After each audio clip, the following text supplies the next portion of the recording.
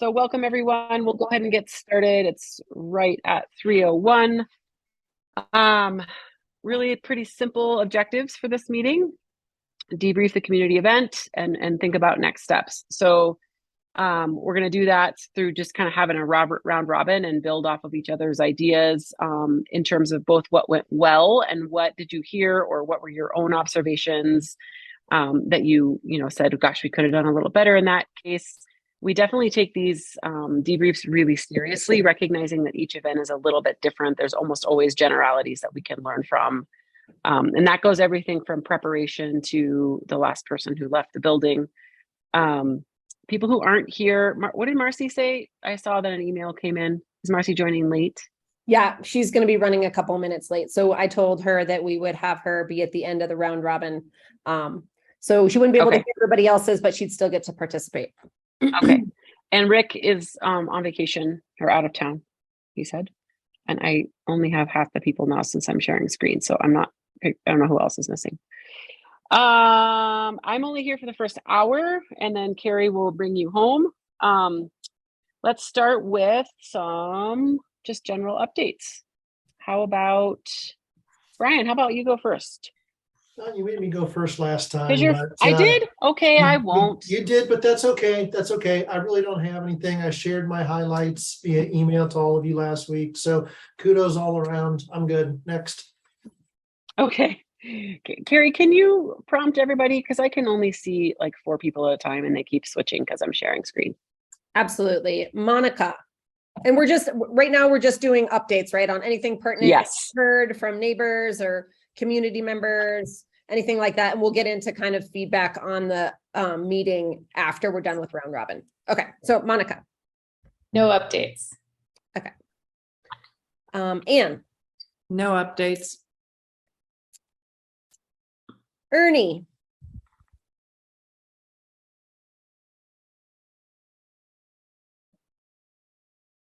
Unmute my audio. Okay.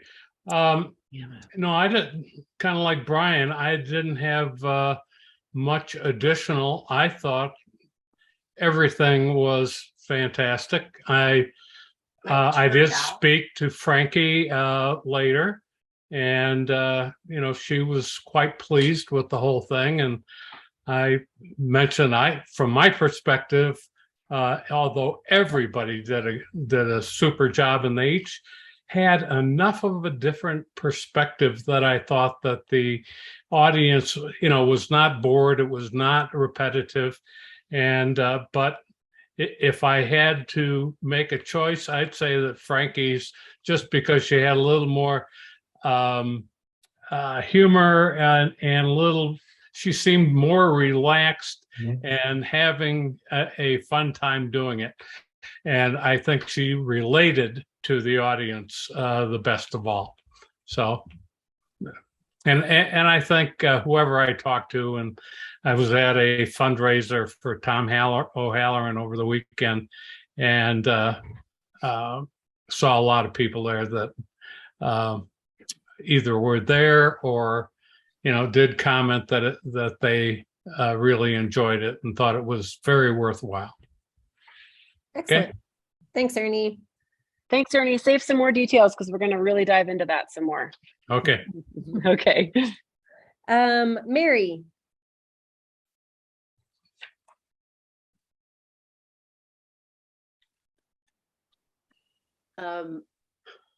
I don't have much to update. I'm really curious to hear what everybody has to say about their experience at the meeting.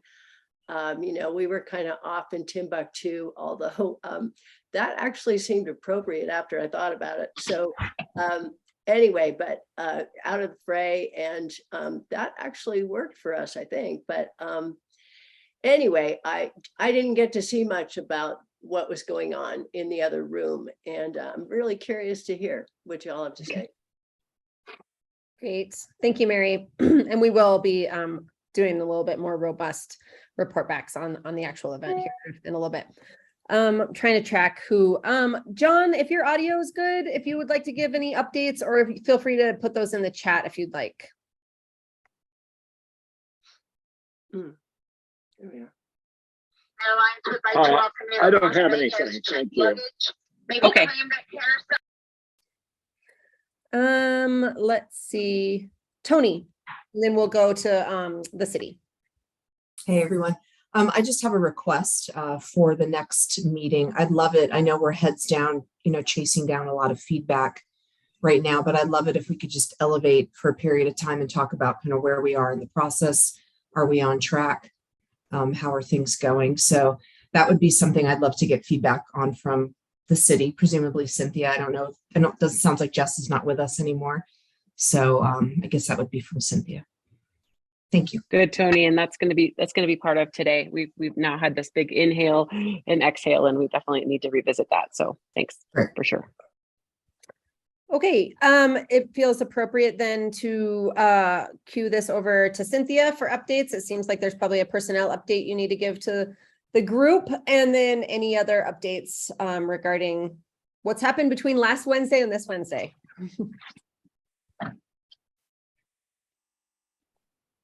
Muted, Cynthia. Okay, so I'm going to back up to August, and I was out of town for our Zoom meeting at the end of August. Otherwise, I would have given this update, but most of you may have heard that Jess is no longer with the city. He resigned, and I heard from him the other day, and he's going back to Coconino County to work. So okay. That's the big personnel change on our end. The other personnel change is that we are now fully staffed with planners. Josh is now our full-time associate planner, which is great and fabulous. And he's turning out to be our data tech guru already. So that's a huge relief to everybody. And that's all I have as far as updates, I think. Great. Thanks. Cynthia, did Josh, I know that you're in the same room. I don't know if you have any updates that you would like to provide at this time. Did we formally, Josh, did you formally introduce yourself last time other than my name is Josh Humphrey? Do you want to give the group, maybe he did? I don't remember. Yeah, we talked about it. Okay, good. But yeah, I don't have any yet. Mm-hmm. Okay. And Keegan, right? Is that the last one we have? Yeah. Keegan and then Molly.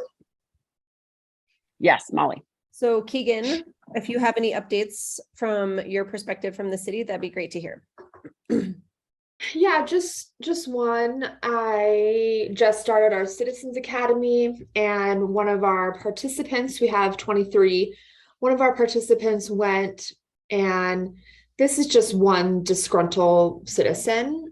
And she just said that the city is putting on this pony show where we think that somehow the citizens are going to give this amazing feedback and it's going to be incorporated. And I don't know exactly how to show citizens that their feedback will be used, but we just need to do everything in our power to make sure that they know that their feedback is powerful and it will be used in the community plan, and we need their participation. And again, I don't have any suggestions for how to make that case better, but she just, she went on a pretty scary tangent, and she had a few people join in that they were just angry. They think that their voices are not heard. And of course, this goes back to another meeting where several people said, we don't want this. And council said, we're doing it anyways. So now they think everything is some kind of ruse just to get citizens to think that they're heard, which they're not, in her opinion. So I don't know how to diffuse that situation other than just to reassure these people that they are being heard and they're important to this process. So I think just in all of our collateral and all of our future presentations, we just need to be sure that they understand that this is a citizen engagement process. So Ian, what was the venue in which you heard that? I'm doing the Citizens Academy. It's a 9-month educational course at the Sedona Public Library. It happens every Monday, and I have 23 registered participants, and one of them had been to our community plan event. So that's where she was getting this from. So I have a couple things to say about that. One, obviously we're not gonna, and it wouldn't be appropriate or professional to share whom, doesn't matter. There will always be disgruntled people, but I would say that oftentimes giving a little more attention, and also just attention to detail and what we're really doing. And we have this whole network of work group members. And so it would be nice if there could be subsequent conversations with this particular person, if possible, strategic conversations to facilitate some dialogue, to invite into the process. Then the other thing I'll say is, and something we always do for best practice, and we encourage you to as well, all of you as well, is whenever we gather data, gathering data just means a conversation, an event, whatever notes or summaries that come from that, we always, in our vernacular at the next event, say, well, one of the things we learned was this, and this is how it's being used. Each time we have an event, it builds upon the next event. So that becomes common in our language, so that we can at least say, which is true, that we're really understanding where people are coming from. And while we may not be able to make every single person happy, we are really trying our best to utilize what we're learning and move that into the next phase of engagement. So that needs to be something that we continue to do as well. Okay. And Ernie, your hand is up. I think we need to be a little careful, frankly, in overselling perhaps this idea that your voice will be heard, because a lot of people assume that if they have an opinion, that their opinion will find its way into the community plan. And obviously, if you take any issue, you're going to have a half a dozen different perspectives and opinions perhaps on it. And, you can only go in one or one and a half directions at a time. So a decision will be made that may or may not incorporate your particular desire. But when I hear people say, they never pay attention to my opinion, it may well be that opinion is a fairly small minority type opinion. And there's no way that we can do a referendum on every issue to find out what the actual major opinion is. We can only, do our best to guess at it. Yeah. Yep. I think the only thing is just being aware of whether or not it's significant enough in terms of who or how many to undermine the process. And that's where we all can work on this together. Yeah. Okay. Did we get everybody for just the general updates? I wanted to offer the opportunity to Molly, and then yes. Karen, since I saw you just joined, Karen, welcome. But we're just doing some brief updates on anything that pertains to things you have heard regarding the community plan update, or any movement on any other issues within the city. So Molly, go ahead, and then we'll round it out with you, Karen.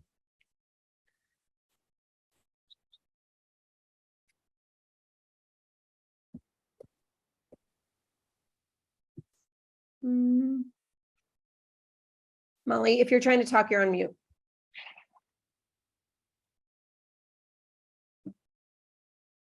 Molly. Maybe we'll give her a minute. Okay. Karen, any updates from the last week? We're going to do a full debrief of the community event itself, but any other updates that pertain to the planning process in general, or that we need to be made aware of before we kind of get going into the meat of the meeting?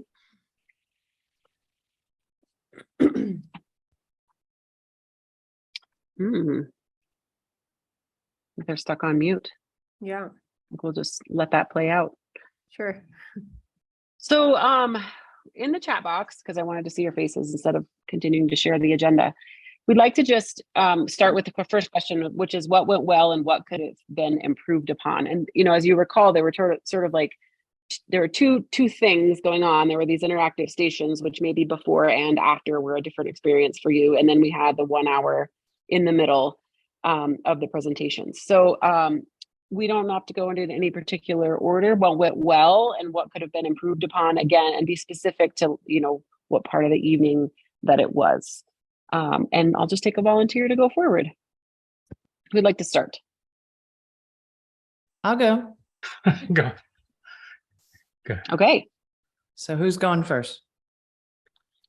Who Karen. won? go for it, Anne.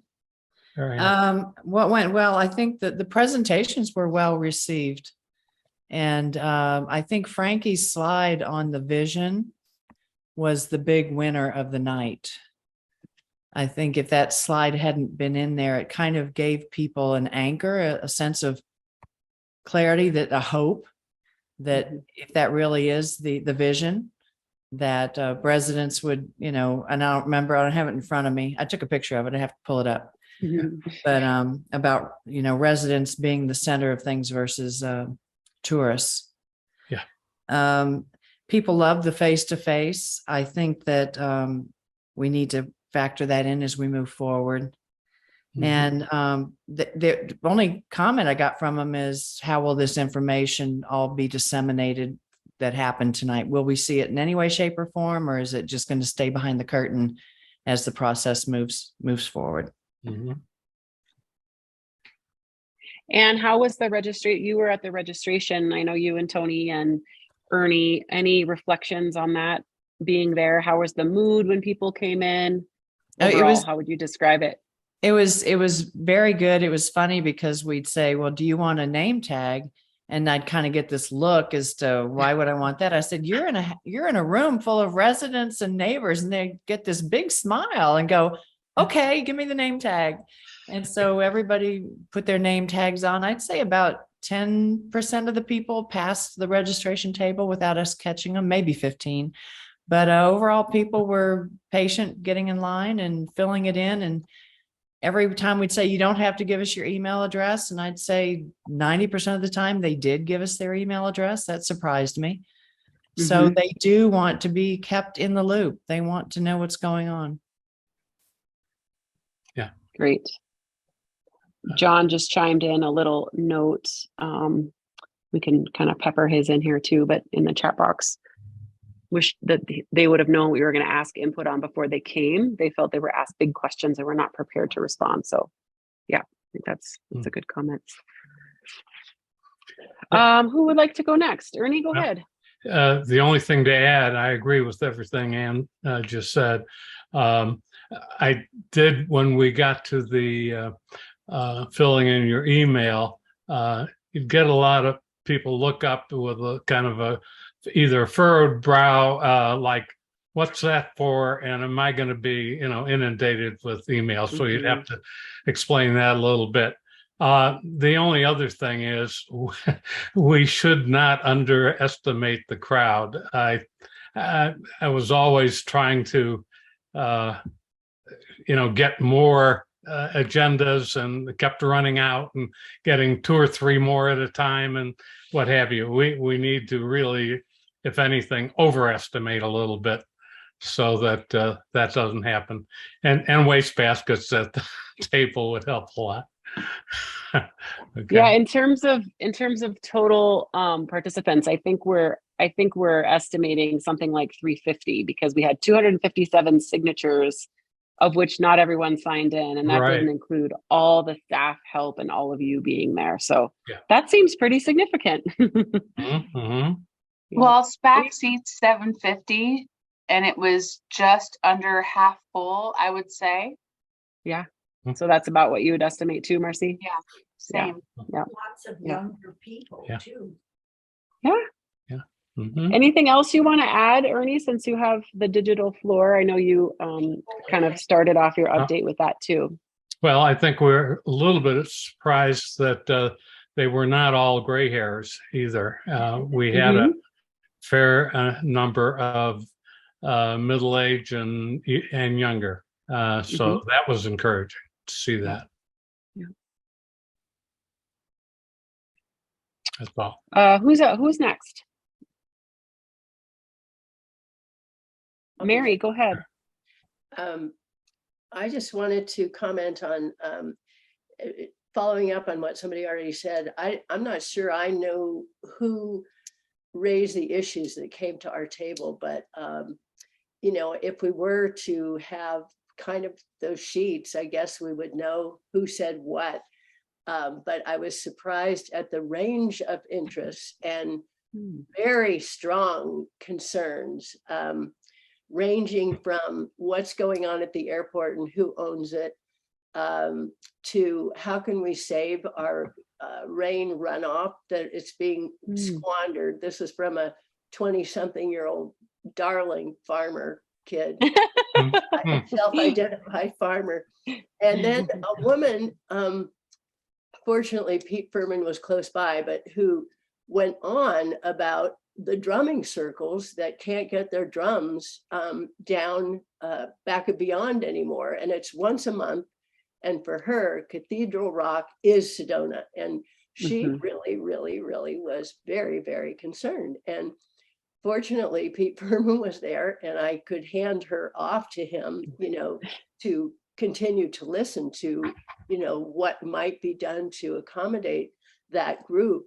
But you know, I guess appreciating the range of the difficulty in listening to everyone, but also just, again, surprised at the diversity of the people that came. Was good.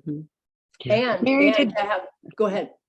No, finish up. Then I have a question for you. Well, I was just going to say, I really felt like it was really important too to have the city staff there, you know, to refer people to them, to have the city council there, to pull them in as, you know, these issues come up, because an awful lot of stuff came up that I don't really know. And you couldn't really give them the time that they wanted in some cases. But and then finally, I would just say, one of the reasons I thought, you know, we were, thank you for Andy for encouraging people to go to the green dot table afterwards. That was helpful.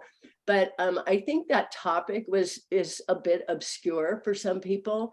So something educational at some point in terms of expanding their sense of possibilities would be helpful in terms of that particular topic, land use. Did people have a hard time understanding I'm certain that you and John were stellar at describing the instructions, but good. Okay, good. So it was a useful method. You did have to hold their hand, but I mean, it was fun, and they weren't quite sure where to stick the stickers, but you know, when in doubt, I told them what to do and where to go. Right. But, anyway, no, Right. it was fun, and it really, I think it felt like fun, really. The whole Keegan and then Brian. I was just going to say the highlight of that evening was watching you all work really hard and be passionate about your community, guiding the residents from one table to another. It was so beautiful to see that. And when your name was called in the auditorium and you stood up, I could tell that you had a lot of pride in the work that you've done and the accomplishments of the evening. I just wanted to say kudos to the work group. Brian, go ahead. Yeah, I was kind of chuckling. I feel like I had an opposite experience as to Mary, where the people at the solutions area were just sort of like, get out of my way. Let me get in there. I don't want a whole bunch of explanation. I know what you want. You know, we need more Post-its and more pens. And just let us get after it. And I don't need any of this explanation business from you, dude. So, you know, definitely, as you saw, there were no shortage of ideas. But the one thing I would caution you is, don't look at those boards as anything more than qualitative, because of course, you know, even though you tried to explain to somebody, hey, if you see one that resonates, you know, put an asterisk on it or whatever, like the few people that actually did want to talk were like, oh, I don't have anything else to put up there because I've already seen everything that I would have. And I was like, well, you can go put an asterisk up to emphasize it if you want. And they're like, nah. So just heads up on that. So I think that's it for me at the moment. Love the speakers. The more I reflected on them, the better I appreciated what each of them had to say. Speaking of speakers, there's an awkward segue. We did get Tom Binning's presentation. I will ask him specifically, but I assume that means he's okay with us sharing it, but we will confirm that. And then we haven't reached out to Frankie, but will, because I had several folks from the community ask if those could be posted. So that's on our list to do, is to get those from them to put on the website. So I would love to hear more reflections on the speakers specifically too. So if anybody would like to kind of, because there was a lot said, and they were very different. There was the local perspective, then there was a very global perspective, much less energy than the other two. I personally thought all of the work was amazing, but it was neat to see Tom's work couched in a global space in terms of this idea of surplus and how to choose where you spend your surplus. Mm-hmm. And then, her energy was just absolutely fantastic. And this idea of, community tourism definitely seemed to, it sparked some energy in the group, right? But I'd love to hear others' thoughts on the speakers, specifically. Marcy, go ahead. I thought that John, please tell me if I got it wrong. No, that's correct. Yeah. Okay. Yeah. So him bringing in the history was so magnificent. And I'm an emotional person, so I'm going to get emotional. I thought Tom, he's very heady. Mm-hmm.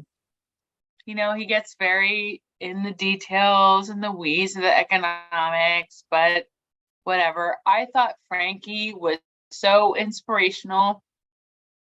Goodness gracious, great balls of fire. Like, she was just fantastic. And people in front of me stood up and did a standing ovation for her. So whoever found her, thank you.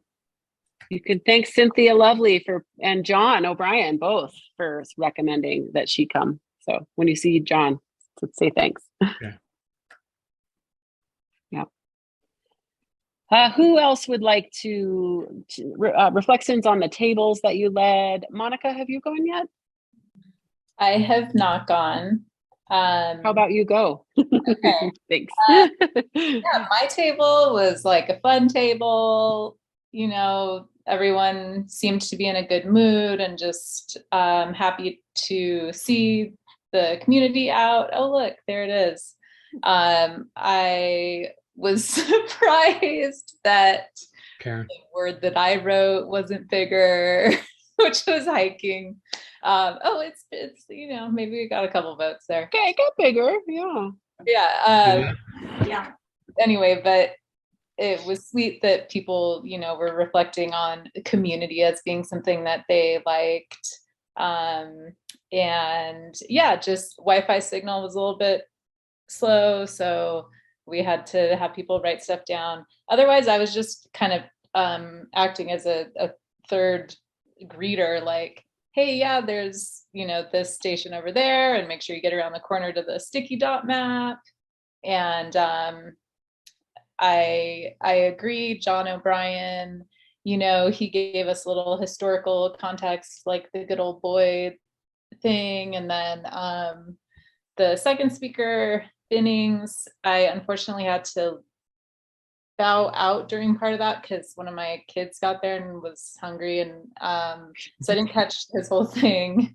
But I did make it back in time for Frankie's, and I was so inspired by her. Her energy was amazing. I think her field of focus in her studies and everything is really applicable to Sedona, and I appreciated just it. You can tell that she's used to speaking to groups and keeping people's attention, and I thought she was really great. That being said, I did ask a few people who I knew who had been there for reflections, and everyone seemed to be impressed by the turnout, but one person said that they wished they had heard from us about our work. Sorry, I'm looking at this text. Wish we'd been able to hear from you guys who are a part of our community and what your efforts looked like versus hearing from academic types who we are not familiar with. So I don't know, that could be, maybe someone similar to to like who shows up in Keegan's community.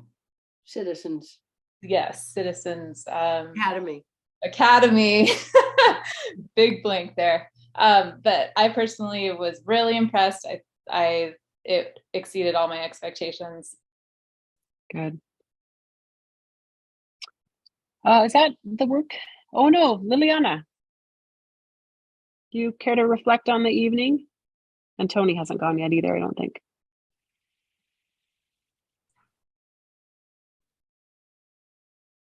Ooh, You're on mute, Liliana. Unmute. there we go. Can you hear me now? Yes. Okay. Well, I think it was amazing. I have had a lot of feedback from like friends and acquaintances, and they really like everything what was going on that night. So I think it was really good. Great. Tony? Yeah, I mean, I just want to plus one what a bunch of folks said. I think the event in general was just incredibly well put together. I worked the front registration. There was super good energy like coming in the door, and that seemed to maintain throughout the night. And so that presents us with an opportunity to figure out how to instill that into all these future events where there's the potential for a smaller group of people to get more like this person in the community plan, right? Because I don't think that really provides a lot of value. A few people were surprised when they walked in that the program wasn't actually going to start until 5:30. And, you know, for some folks, I think that are maybe not as like, you know, comfortable in large groups or like, oh, I have to sit here for half an hour on the program. But I would not change a thing about that because, you know, then they wouldn't come until 5:30, right? So I think that was the absolute right thing to do. And I think having all of us out there to greet people and make sure no one was kind of straggling and uncomfortable was really super great. I thought the speakers were great. I mean, I agree. There was a lot of nitty gritty detail in the middle, but I think it's never hurts to challenge folks. Mm-hmm. It was interesting that the neighbors that I did talk to about this, everybody preferred the local speakers, even though, I mean, Tom still did have, I mean, he had a local, he was technically local, right? So, right. But for some reason they folks didn't really make that connection as much. So I'm not really sure why, but they loved the content.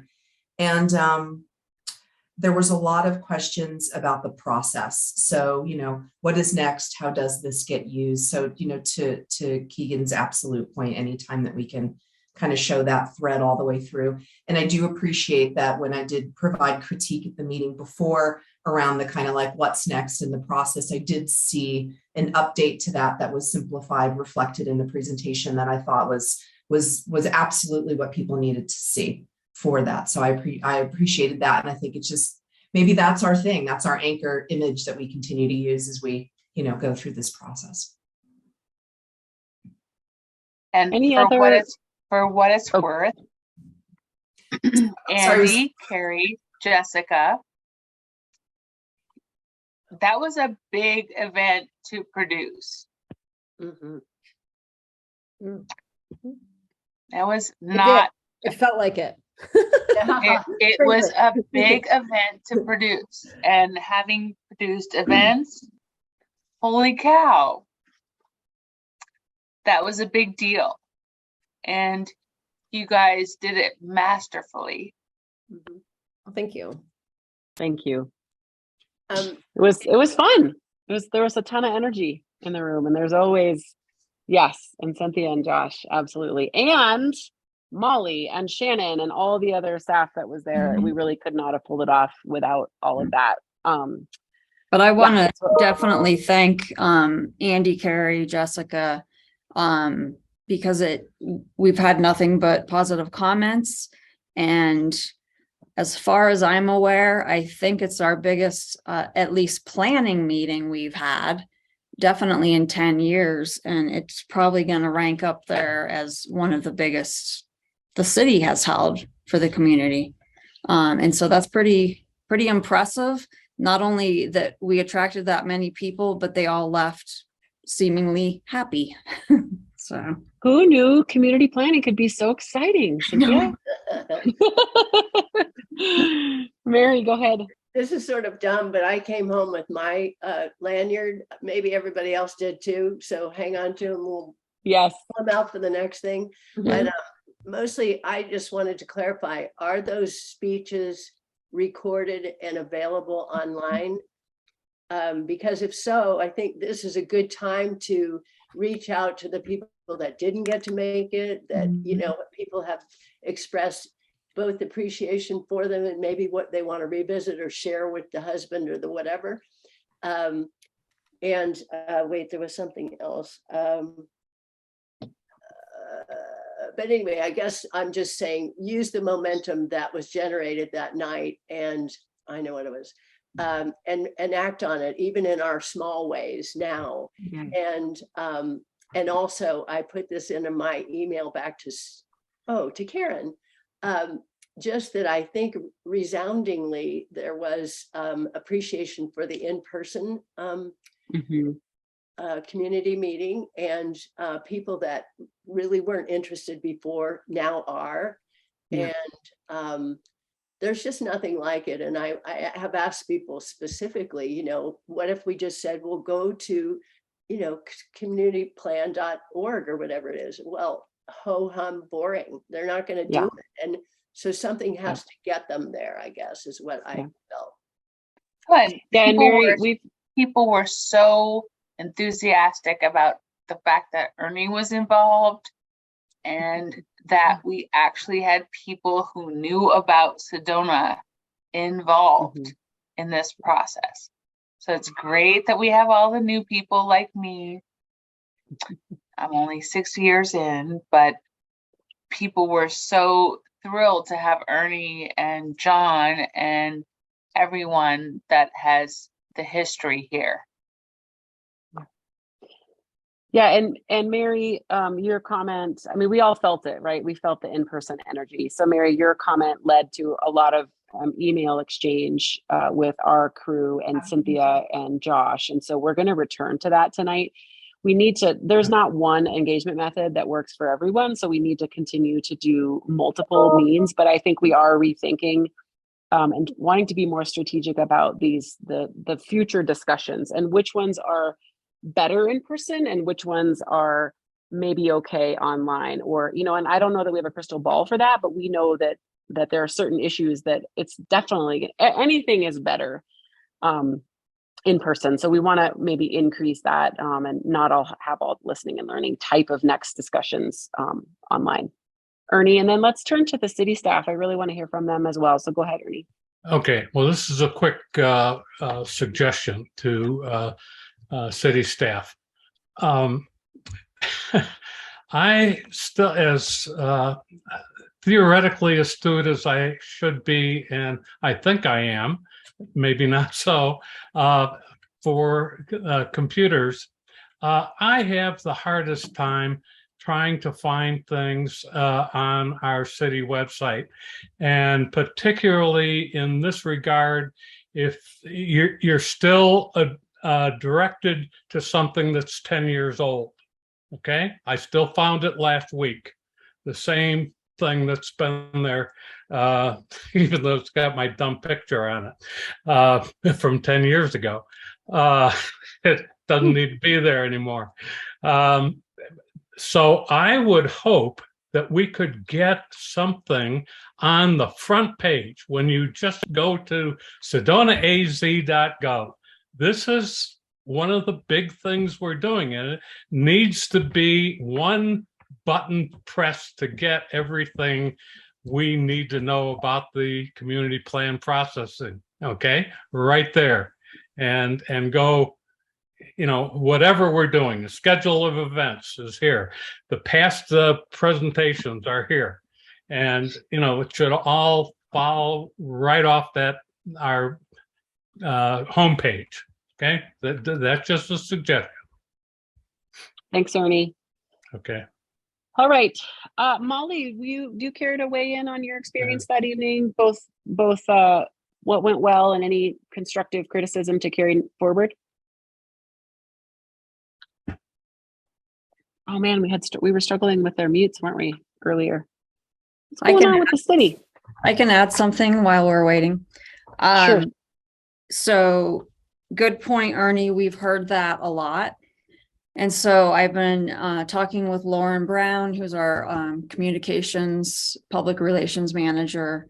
And she is going to add some things to our main page. We're a little bit limited on where and how we can add things. We will have it on the drop down under community. We'll have a link there. There will also be a link under the service and information section. We've also added all of the work group meetings to the calendar. So we're working on all of that. But as far as the button, like at the front, you have jobs and meetings, there's only 4 buttons. And I guess I would just say to Karen and council, it has to kind of come from there as to if any of those buttons were to change. So there's some limitations as to what we can put on the front page. So one communication tool that we talked about, and we've talked about it multiple times, but I think we should revisit it, is sort of this like monthly newsletter, planning at a glance, like what's happening, something that looks nice and it's the same stinking, headings, but it's just like that happened, this is your next event, just kind of to keep people up to speed. And we could do that either through like a MailChimp service or something where people can opt out so they're not continuing to get emails that they don't want. So that's something that we just talked with Cynthia about earlier this morning, and would love to, as we move forward with this, would love to get your thoughts on that. So backing up, because Mary, you had a question that Keegan perhaps can respond to. The MP4 or whatever file, were we able to stitch together those 2 segments from the Facebook Live and post it? Maybe I just missed it. I apologize if so. From the evening, the speakers. Josh did it. Josh, of course he did. Great work, Josh. So Is it's it on? It's on YouTube, so it's ready to be linked, or is already linked on the website? It's already linked. Yes. Okay. So that answers your question, Mary. We can send that out. Do you want us to send that out just directly, the link directly to the working group so you can forward it to your networks? Okay, great. And there's a few folks, Shannon, I don't really have anything to add. Karen indicated she's mostly just listening. Haven't heard from Molly, but I think we'll just honor their I have mutes. a quick question. Can I jump in there? Sure. Yeah. The Frankie's slide on community-centered tourism, I pulled it up on my phone. It was a great slide. Is it sanctioned by the city? Because I mean, I can't really find it in our community plan at this point. Now that 300 plus people have seen it, they'll probably want to expect to go find it when they look at the community plan. I believe we're going to post their presentations on our website. But I mean, I'm worried about the words moving into the document. Yeah, I think that sets an expectation, right? That she was representing us perhaps in some way with that slide and that opinion. Is that Anne? Yeah, people think that was from where we're headed, not just her opinion. Yeah. John, hopefully we can hear you. Go ahead. Can you hear me well? Yes, you're loud and clear. Okay, I'm gonna talk quickly because I may have to cut off. Just some thoughts that came up while I was standing there working the table with Mary. Some of the comments beyond them putting things on the maps were, how does planning actually happen in this process? So that came a little bit, that follows on kind of Ernie's comment about, okay, we got 1 or 2 people saying this. The couple of the people I were talking to have been involved in all of the community plans and wanted to be certain that they fully understood that we weren't just collecting ideas and, but that ultimately real alternatives would be presented back to the community. So I tried to explain the process, but I just want to underscore that. Second, just to kind of keep the energy, I'm not sure how beyond the website, I was kind of disappointed in the paper. I don't know what the total readership of that is, but they just had a little blurb. If we kind of came out with what was the summary of that whole event, obviously can't list all the points, but just that would allow people to kind of understood they were being heard. And I'll simply underscore the people that I heard, the good turnout is we as a town don't always come together very much anymore. People are in their churches, us old timers who have PO boxes, run to the post office periodically. But I felt that, this felt to me like one of the first, when we did the first community plan and we had turnout like this at every meeting. I just felt that it felt like we were back to those good times of community building. And I think that is going to go a long way to solve a lot of our problems, to have us kind of tamp down the negativism. So I'm going to stop there. Those are just comments that I heard while I was at the table. Thanks, John. Thanks. Welcome, Alicia. We're just kind of rounding out the feedback on what went well and what could have been improved on the evening. I wonder if that does. I'm sorry. Go ahead. No, go ahead, Tony. I just want to follow up on John's thing. Any citizen at any time can write a letter to the editor from this committee saying what the results are. So it'd be great to hear, from Keegan, if she's given any thought to this around, is this part of a larger kind of comms plan, or here I am again asking for that, or a PR plan around how we do make our local papers engaged. I wasn't surprised that they gave it so little attention, because I just know that the editor, whatever his title is very cynical. So it's not Ernie's laughing. It's not a surprise, right? But it would be great if there was a plan to leverage that form of media to actually kind of respond and say, here's what we heard, here's what's next, type of thing. Are there other games in town for media at all, or not really? Go ahead, Ernie. Yeah, go ahead, Ernie. Mute. I was just going to say that very same thing, that Sedona.biz, I believe, is actually a better, more widely read source than the physical paper. And they will take since it's all digital, there are no 300-word limits and whatever for an article. So I suggest we focus there. And the Red Rock News, when they see something there that they haven't covered well, guess what? They tend to want to compete a little bit, and they'll pick up a little later, maybe.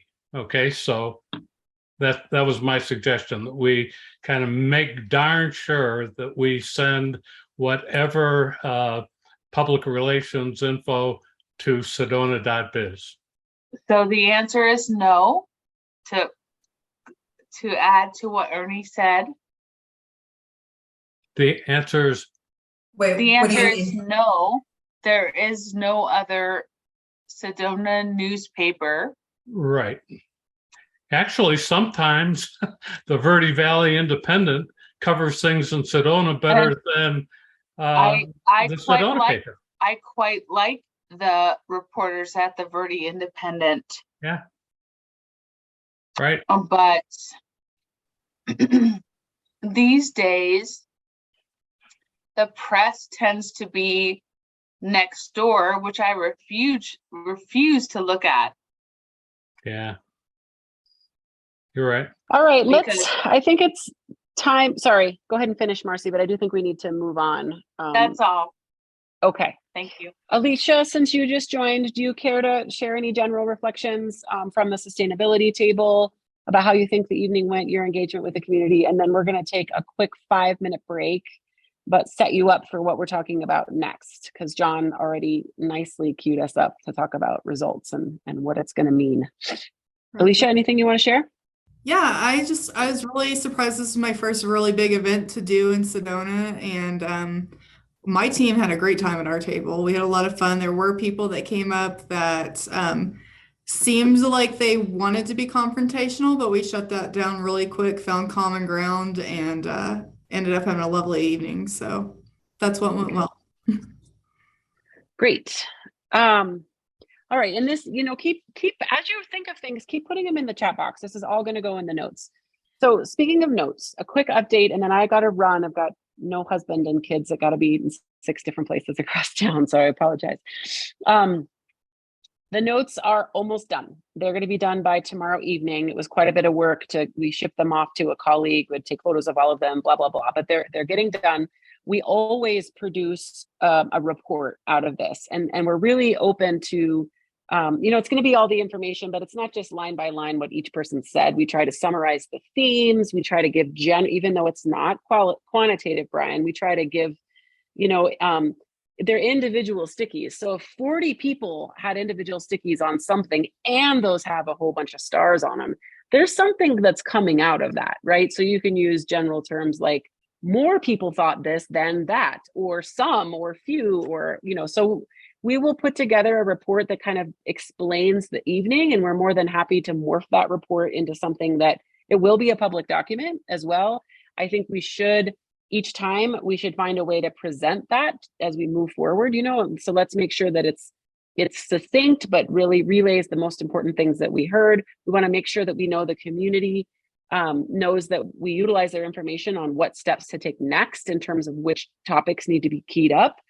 So we're going to have that. We'll have the data done on Friday, and then we'll have to pull that into more report form. And it's not, we want it to be readable. So it's like, this event was held and this is how many people came and these were the general themes. And we'll probably have, by each station, we'll probably do it as if you couldn't make it. And again, open to what those look like in the future, because we haven't done one of these yet.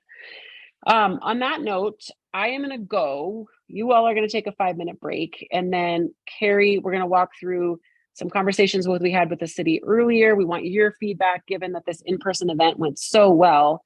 We don't want to just do this one event that went so well and then go virtual. That's not a great idea, but I also want to continue to use mixed methods. And I think there's a place for both. And so we need some thoughts on that. We're also going to talk about a couple of other efforts that are ongoing that are just briefly, but a couple of other efforts that are also having dynamic conversations with the community that would be feeding into the community plan. So how do we leverage those discussions and not repeat them and confuse the public? We don't want to do that. So with that, I'm going to leave you in very capable hands. I think I'm co-host, so I can just bail, right, Carrie? Yep. And again, apologies. Enjoy your 5-minute break. Put your cameras on mute, or your cameras off and your audio on mute. And I'll see you all soon. Bye. Thank you, Andy. Bye. Okay, right at 4 o'clock, we're going to start again. So everybody take a 5, or a 6 in this case.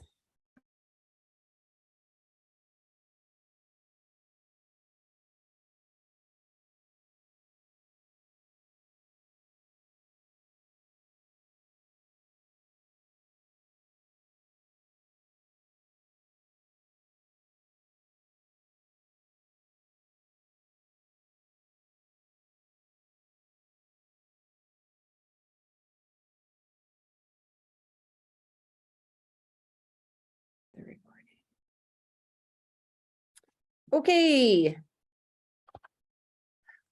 Everybody can join back in. That would be great. Excellent. Thank you. So just to kind of recap what Andy mentioned regarding all the information that we gathered from the community meeting, that's going to take a little bit of time, both in the qualitative sense, to your point, Brian, as well as getting a little bit of a hold of, even if it's just light quantitative. So we have a lot of data. Looks like the spreadsheet has almost close to 100 dots on the map that need to be categorized and then geographically kind of addressed. We're still discussing how to best geographically describe where those are. And so breaking the map up into chunks that make sense. We have all the potential solutions to challenges yet to kind of start synthesizing and putting in themes. So lots of work there. So likewise, I'm sure that the city of Sedona is not short on data that they are also addressing. That's me looking at you, Josh, even though your screen is frozen. Oh, nope. Oh, maybe you just have a really, really steady face. I think that's what it was. So that being said, like throughout these processes, we really want to use the information that we gather to inform the next steps of the process, right? We don't want to just jump in and start doing listening and learning sessions on things that people gave us feedback on that are a little bit different, right? Or maybe we need more detail and that kind of a thing. So just to give you guys an idea, that's kind of where we are. So we want to make sure that we have a good handle on what the community told us before we actually start like diving into the specific details of how we're going to line out each listening and learning session. That being said, I do want to queue up Cynthia to talk about other ongoing efforts that are happening with community engagement that could inform and need to obviously be coordinated with the community plan update. Don't worry, we're going to get to next steps, I promise, but I just want to give Cynthia an opportunity to talk about that. Okay, so as you all probably have noticed, there's a lot going on at the city. Everything from construction projects to other studies and plans that are going on. It's a lot to keep track of, but I'll just mention a few of them that are related to the community plan. We've got Molly is about to start an update to the economic diversification plan. Alicia has on her list to update the climate action plan. Molly just established a work group on healthcare. I don't even think they've met yet. And also these other planning projects, they also have their own work groups as well. And there's a few more on the list. There's a Greater Sedona Recreation Collaborative, which is a Verde Valley-wide planning project that has overlap. And so what we would like to do is to collaborate a little bit more closely with them. And so we're not necessarily duplicating efforts, but we can use each other's efforts to inform the other. And so we want to kind of turn what could be a challenge into a positive. And in an ideal world, as the community planner, I would be like, can you just wait and not do those projects yet until we finish? But in reality, the rest of the world has to move on. And so what we're going to try to do is talk to these other planners, program managers, et cetera, to say, okay, if you're going to have a healthcare work group, for example, let's talk about whether we need a healthcare focus group as part of the community plan, or maybe that can serve as in that function. So anyway, that's we've got some talks going on internally about that sort of thing. Great, thank you, Cynthia. Does anybody have any questions about that?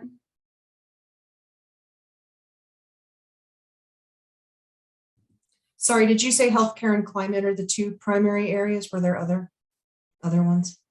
We have economic diversification, climate action, healthcare, and outdoor recreation in a Verde Valley wide perspective. Yeah, Ernie, go ahead. We also, I think there's things going on in sustainability, and we could also mention the fact that the film festival is featuring a 4-part sustainability issue, and one of them has just already been held, called The Last Tourist.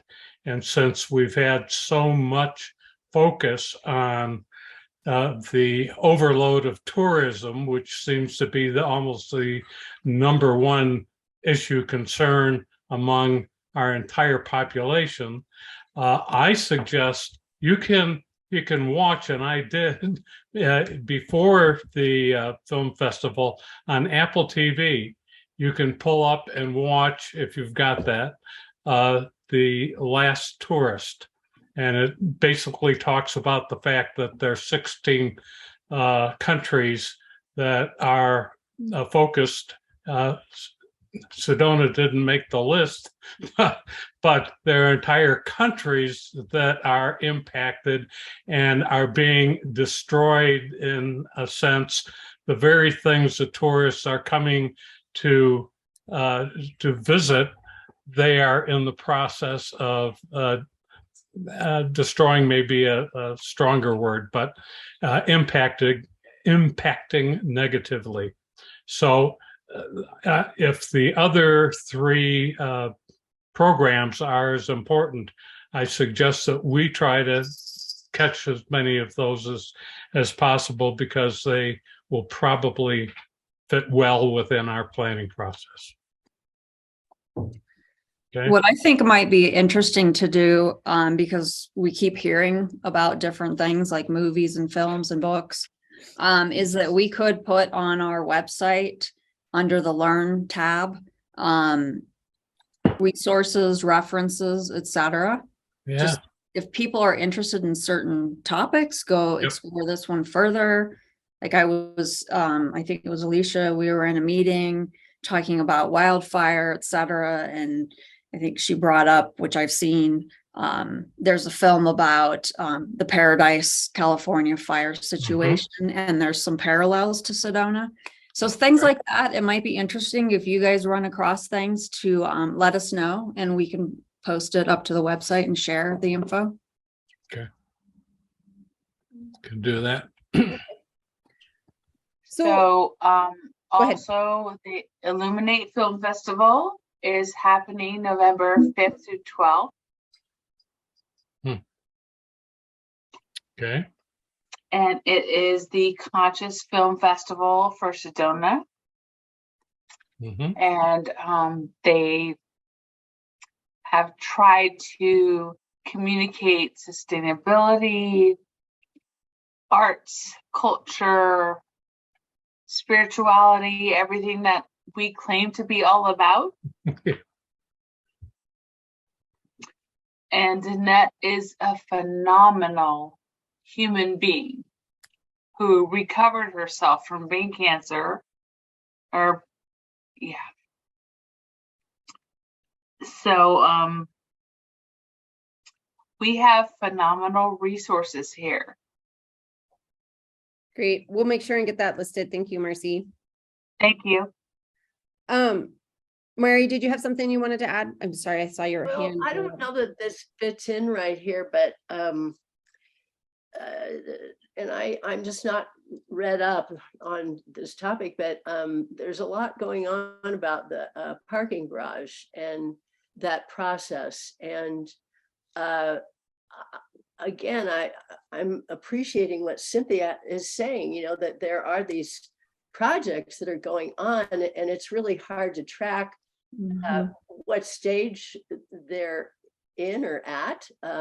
So good grammar, but and do citizens really have any power around some of these issues, or are they done deals? Or I know there was a workshop at the hub, but you know, I don't know where it went or right. So parking is a hot topic.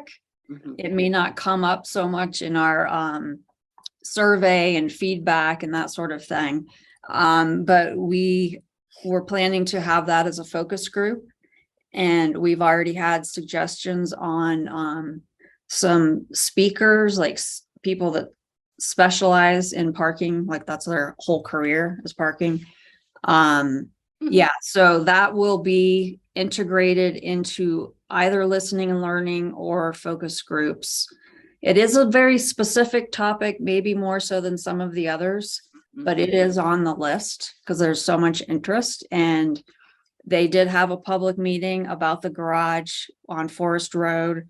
They're still taking input, and it has not been decided fully. Okay.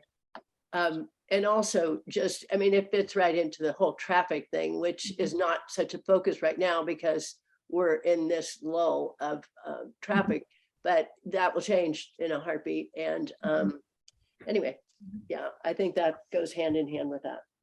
Yeah.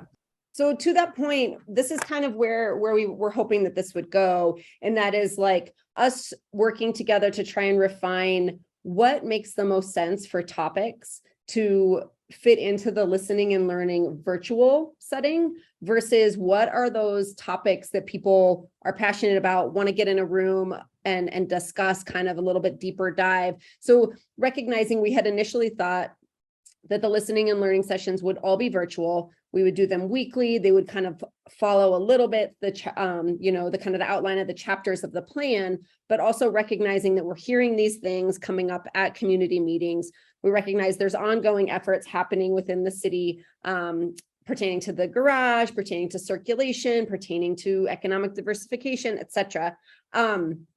Trying to kind of tease out a little bit, what are those top two topics that would best fit for a listening and learning session, virtual content, a couple presenters, one from the city, one from, another area of expertise, a person with an area with that area of expertise. And then what are those ones that kind of make sense kind of for a deeper dive in person? And, we've had conversations with what we've been hearing with Cynthia, but I would love to gauge you all and your thoughts on moving forward with this next phase of community engagement. If you guys had thoughts on kind of what do you guys feel fits in a better bucket, in person, more topical focused versus virtual, recognizing each one of them would have a strong learning and listening component, but more in person versus virtual. Thoughts from any of you on that? I would love to be directed by the feedback from the event of a week ago. God, was it just a week ago? I know. And just to see kind of what the topics are, because I feel like we could just come up with a list of 20 like in 2 seconds here. And I know that's not really the point, right? A couple neighbors mentioned to me they loved the in-person thing. And if it's, continues to be an okay place to start doing, to continue doing personal stuff, but I mean in-person stuff, but I also wonder if we can do some hybrid too. I know that's kind of icky and weird, but might satisfy both groups. Yeah. Thank you for that, Tony. I mean, that really kind of speaks to what we were talking about today when we were like, wow, we don't have all the data yet. We don't have it, not even close to being synthesized to really inform what's the best avenues to go based on topics. So appreciate you reiterating some things that we had already talked about. Others have thoughts on that? Ernie, if you do, you are on mute. I'll just quickly say I agree with Tony. Great, thank you, Ann. Yeah, one of the things I'm a little concerned about, just as we've been talking today, is that yes, there are things being decided that are really critical for the next 10 years. We didn't mention the transit, which ties into the parking.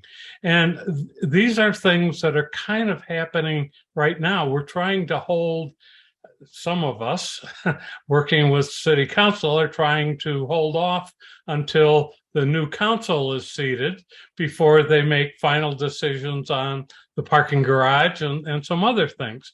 But definitely, I think the community will end up being a little disappointed or even so far as disgruntled if we end up addressing a whole bunch of those problems and coming to solutions before the community plan is revised. So I would suggest, and where I'm going with this, is let's probably take the hottest topics that are being worked on as we speak in the city, and solutions are being proposed and suggested, and kind of address those as soon as we can, or earlier than some of the others that we can wait months for. Okay, that's the thought. Thank you, Ernie. Others have thoughts on that kind of addressing those hot button kind of red flashing lights first, and then and recognizing we need to figure out which ones those are. I know that everyone has a good idea of that, but using the information that we gathered to really bolster those, kind of preconceived, notions that you all are well versed in because you live there. I think the question that if we were to ask everybody, everything is important because each person would have their own project or whatnot, but it's a challenge. Yeah. Okay. So regarding process for this, and recognizing you guys understanding that we have data that we have to look at and we have to tabulate and we have to summarize in order to best inform this. That takes time. And so it's our recommendation at this point is that we cancel the in-person work group meeting next Wednesday, because the idea of having all the information that we need tabulated, synthesized, and ready for you guys to actually start working with us to start putting together this process of in-person and virtual is pretty unrealistic, frankly. So our thoughts were that we would cancel the September 21st. Got it. Okay. In person. And we would provide an update to you guys once we have the data kind of thematically summarized, in conjunction with having these conversations with city staff about what else is going on at the same time. These different planning projects have their different horizons in order so that we are not redundant in our efforts. It doesn't make sense to try and schedule a listening learning session on economic diversification when Molly's having the same thing a week later, right? So making sure that we are working in conjunction with other aspects of the city. So our thought would then be to provide you guys with an update, like an electronic update about what our plan is, what it looks like, what the top projects are for virtual and then for in person, so that we can get robust feedback from you all about that. Recognizing we could then review that at a virtual work group session, potentially October 4th. That's a Wednesday. And then 2 weeks later is our in-person October 5th. 2 weeks later is the in-person October 19th. So that's a proposal to you all. I'm seeing some nods. I want to make sure I'm addressing any questions or concerns that you all have. So you'll deliver at the same time the kind of results from the feedback along with a plan for how to take those results out into the community with these next series. And I'm sorry, was there a time frame for that? Are you thinking in lieu of the meeting next week will be your deadline for sending that out electronically? I don't think that we will have that by a week from today, frankly. By next week. Okay. Yeah. So I think that, so let's see, October 5th is 3 weeks from today. Yeah. Yeah. So let's say that's 21 days. Let's say 10 days. Ideally, we would have something to you all so you would have time to digest and review. And I'm not putting a hard date on that right now. We're still waiting for the tabulation from our other colleague to actually input the data. Then we have to look at it, synthesize it, review it with the city as well. So I'm anticipating kind of a 10-day, get you guys some information to review so that then we could on the 5th really talk about A, B, C, and D as next steps. Which ones are in person, which ones are virtual, who's going to be speaking, where are we going to hold them, when are we going to do virtual, and start really having a much more detailed plan. Sorry, I thought October 5th, you were actually considering kicking off one of these events on October 5th. October 5th is the next time you want to get together with us. Virtually, yes. Recognizing we have the in-person on the 19th. And we 19th, recognize, yeah. Okay, got it. Got it. Yeah, and we recognize the timeline is something that is ever changing. Some things kind of were a little bit halted because we spent 3 to 4 weeks doing this community forum. And so some other things got put on hold. So we're trying to be cognizant of that, recognizing the city has a timeline they're working on. You all have a timeline that you were presented. So we're trying to keep in track with that, but we also don't want to just rush it without the right information. I have one comment as a potential focus group beyond all the other gathering that we had from the session. Frankie's slide. I mean, so many people responded so amazingly visceral to it and positive on community-centered tourism. That might be a focus group to start dissecting that and what does that mean to them? Because there's some key phrases in there that it would be helpful for people to say, what did they think of? What did that mean to them when they saw that phrase? Thanks. And do you have thoughts on that, Cynthia? Yeah, I actually was going to to call or meet with Frankie, because in talking to several people, I've heard different takes on it. You know, two people hear the same thing, but have completely different perceptions of what that means. And so I wanted to try to get like a definition from her. She has written a book, and that would be something we can put on our references page. And so like, I'm curious to know, is that discussed in her book? Is there a more in-depth definition, etc.? So yeah, I wanted to know more about that as well. We already were planning to do tourism as some focus groups, etc. It's such a big topic. Our thought was that it needed to be broken out into smaller pieces. And so getting more information from her could be really helpful on that. So I just want to second what Ann said. I mean, community-centered tourism was a huge takeaway from me and everybody around me. You know, you heard almost, whether it was a desire to clap or audible gasps, like, yes, that's it. That absolutely needs to work its way through this plan, no question. Go ahead, Mary. Thank you, Brian.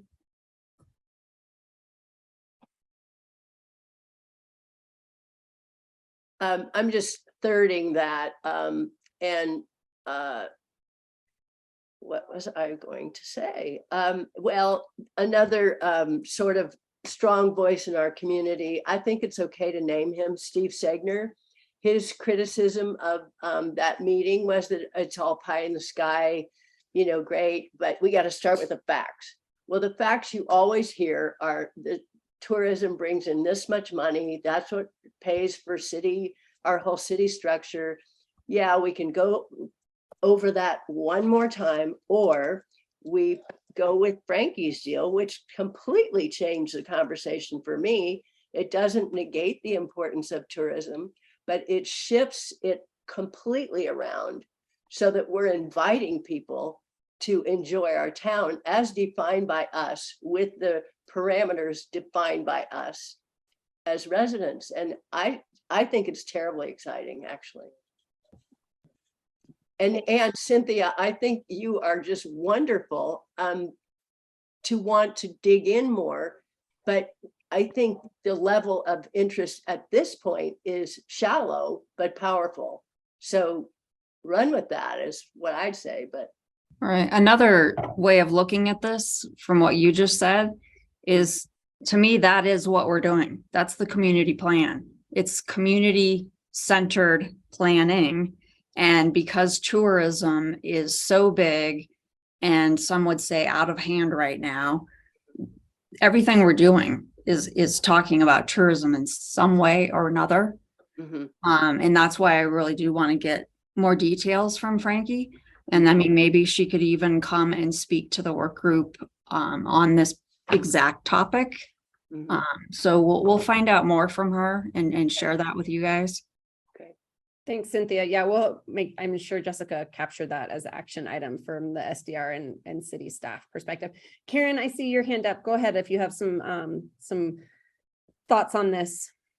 Thanks, Carrie. I mean, I wasn't going to weigh in, but I did have a takeaway from Frankie's conversation that I just wanted to share, and things that I had heard, and even what kind of my perception of listening to her speak. And just a caution for the group that first of all, I think to Cynthia and Anne's point about sort of digging into what does community-based tourism mean? I think there were many, many people there because this is such a heightened issue for residents right now that took that to mean kill tourism. And I'm not saying that's at all what she meant, but I think people took it that way. Sorry, guys. And I think the easiest way to get a standing ovation in Sedona is to walk into a room full of residents and send that message. And because this is such a divisive, difficult subject in our community right now, I think this group needs to be careful about taking a position that could be construed as extreme anti-tourism. And that, so just for what that's worth.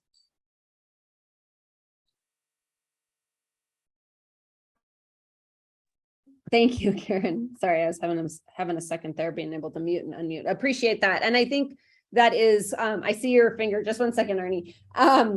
That is kind of the job of us, of the city, of you all, is to really be able to digest these kinds of issues and make sure that there's clarity on what the intent behind the words are from a city perspective, right? If they're going to use words like community-centered tourism, that comes with a narrative that is clear and that is well digestible for the rest of the community, right? So yeah, that is part of this communication about who we are, who you all are, what's your role, what's the city's role, what are these topics, what do these topics mean, how do they move forward, right? Go ahead, Ernie. Karen, I have perceived from the community's perspective a visual of like the scales of justice, and the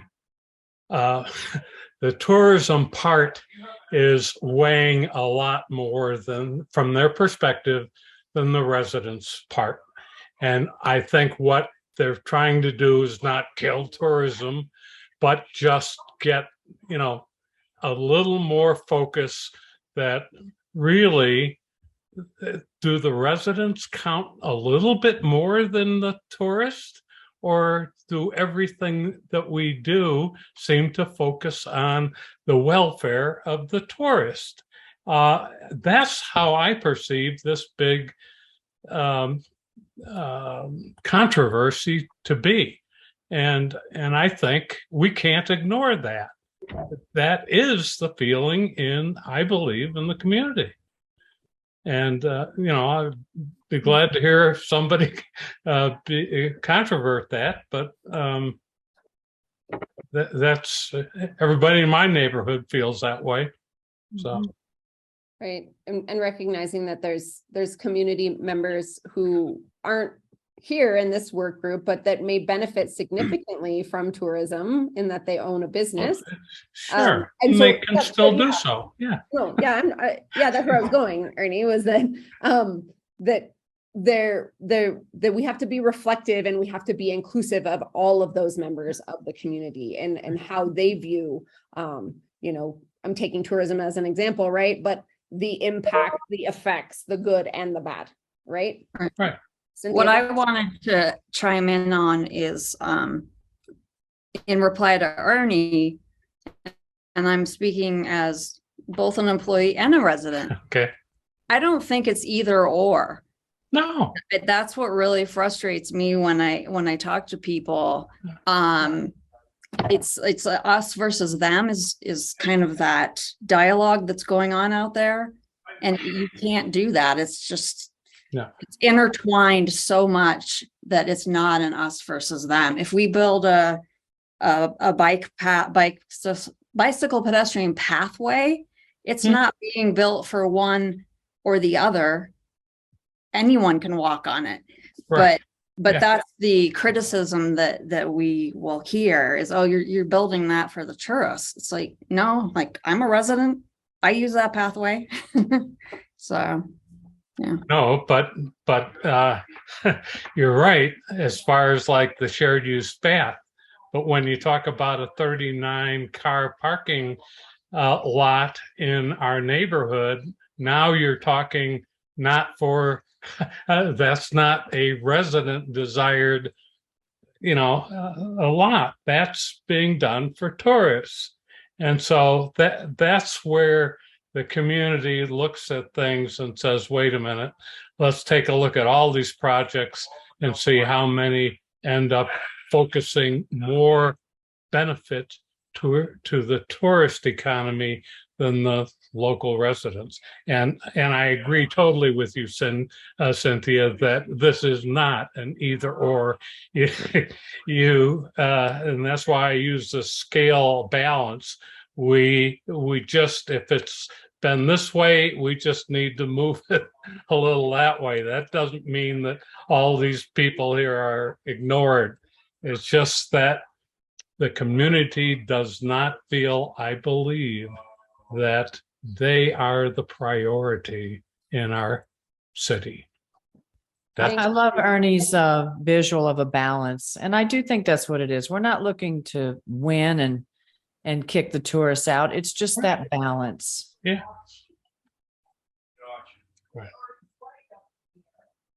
Okay, thank you. It's it definitely is an indication of the complexity of that specific topic. Keegan, you had your hand up and then it was gone and then it was back up and then it's gone. And I'm assuming that you still have something you'd like to say. Well, Cynthia basically said everything that I was going to say, but just to Ernie's point, I've been in this role for 3 months and we post something like a success story about a new shared use pathway, or the city is going to talk about redesigning the dog park or expanding it. And no matter who the project is intended to serve, the residents will say, oh, well, there you go, only serving dogs and tourists, or, oh, there you go, only accommodating tourists, or the shuttle's now given a ton of rides, hundreds of thousands. And the shuttle is a way for tourist mitigation. It's to get the tourists off the road so that they have better ease of getting to where they want to go, and locals have better ease of getting to where they want to go.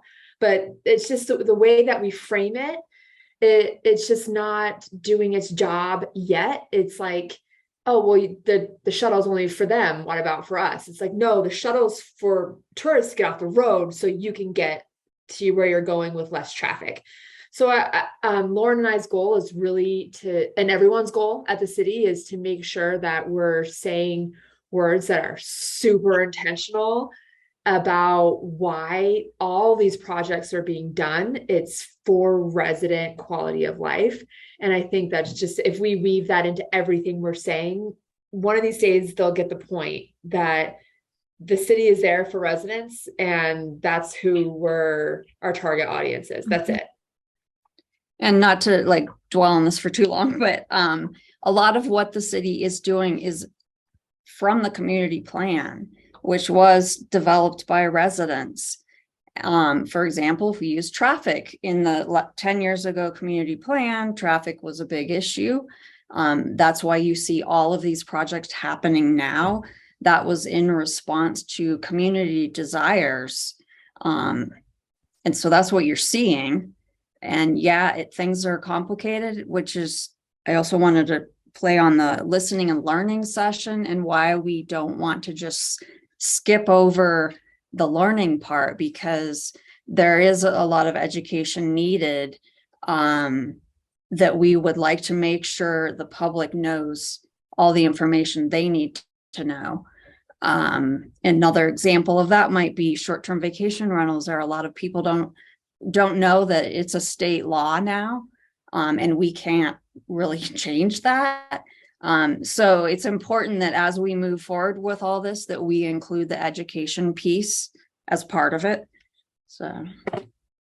Absolutely, Cynthia, and thank you for that. And I want to make sure that that even if there is an in-person, if one of these topics lends itself more to an in-person meeting, that the front end of that meeting will still be focused on learning, right? That we aren't just skipping that and going straight to, potential, this has to be fixed and that has to be fixed and this is wrong, right? We all need to be, and by we all, I mean everyone who participates in this process, Sedona community who participate, need to be grounded in what the reality is, as well as the learning of like to Cynthia's point, that that's a state law, or that there is this other planning effort that's happening and it's taking care of this specific thing, even though you're not involved in it. You could be, if you'd like, really educating as we go, so that the input that is gathered is useful for the city, right? Like, we want to make sure that all of our community engagement results in useful information that the city can incorporate into how they craft and put together this update.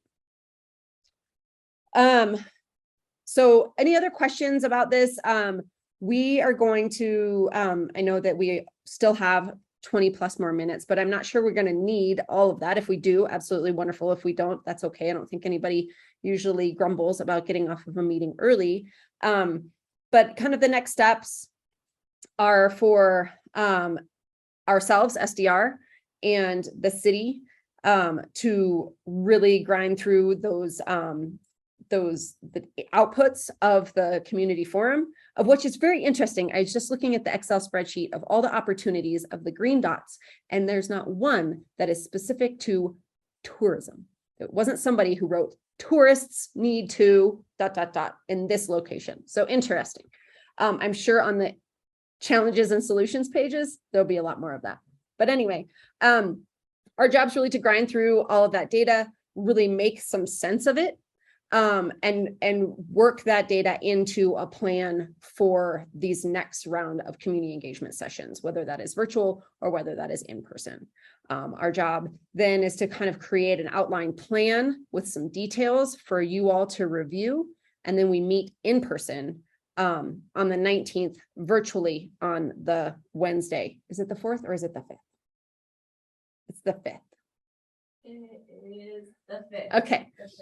So that's what we would propose to you all as the next plan, is that the 5th be another one of these Zoom meetings where you guys will have been able to look at those outputs, look at the plan for engagement for the next phase moving forward, and then give us some feedback. And then we would then roll all that into the October 19th. We're going to start launching this.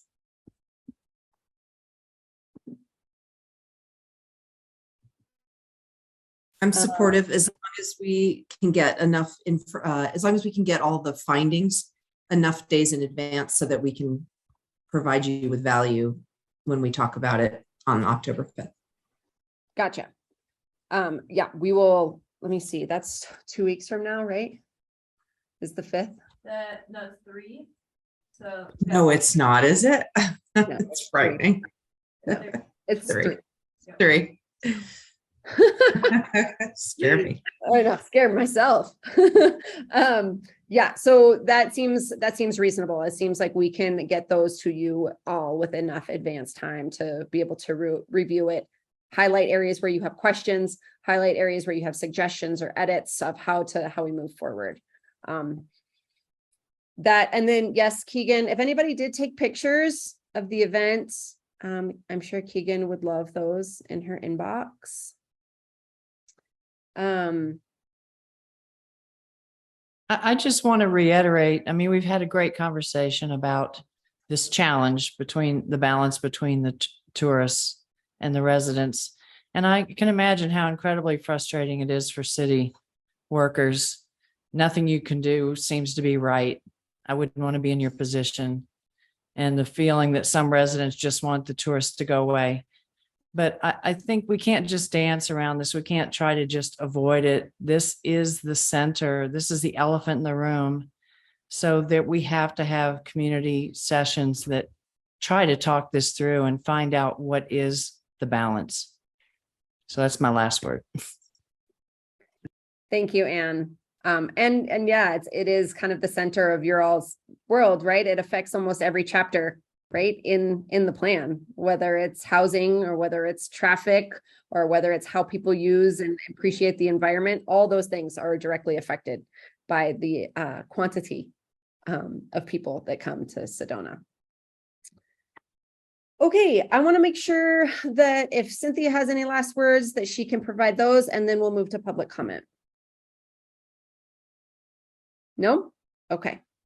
Josh, do you have any last words? Okay. We have one member of the public. JT, do you have anything you'd like to say this evening to round us out? Yeah, thank you. I did have one thought that occurred to me when you were talking about trading off the differences between virtual and in-person meetings. There is maybe one thing that's kind of in between that actually might have a way of focusing or highlighting some of the members of the group too. Just something to think about procedurally. When you're having a virtual meeting, maybe an expert's talking or whatever you do, and then oftentimes with Zoom meetings, you kind of break up into small groups. So what if you had previously arranged for different small groups in the community to watch together, and then you maybe had 4 or 5 of those, let's say, and then you round robin to them to get their reactions to it.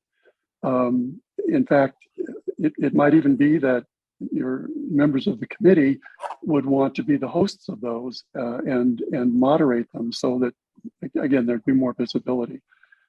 It just seemed like one way that you might get a more sense of community because you'd actually be in different people's homes and running around that way. So just a thought on procedural. Thanks, JT. It's like you have a little insight into how we were anticipating planning these. So appreciate your feedback on that. Okay.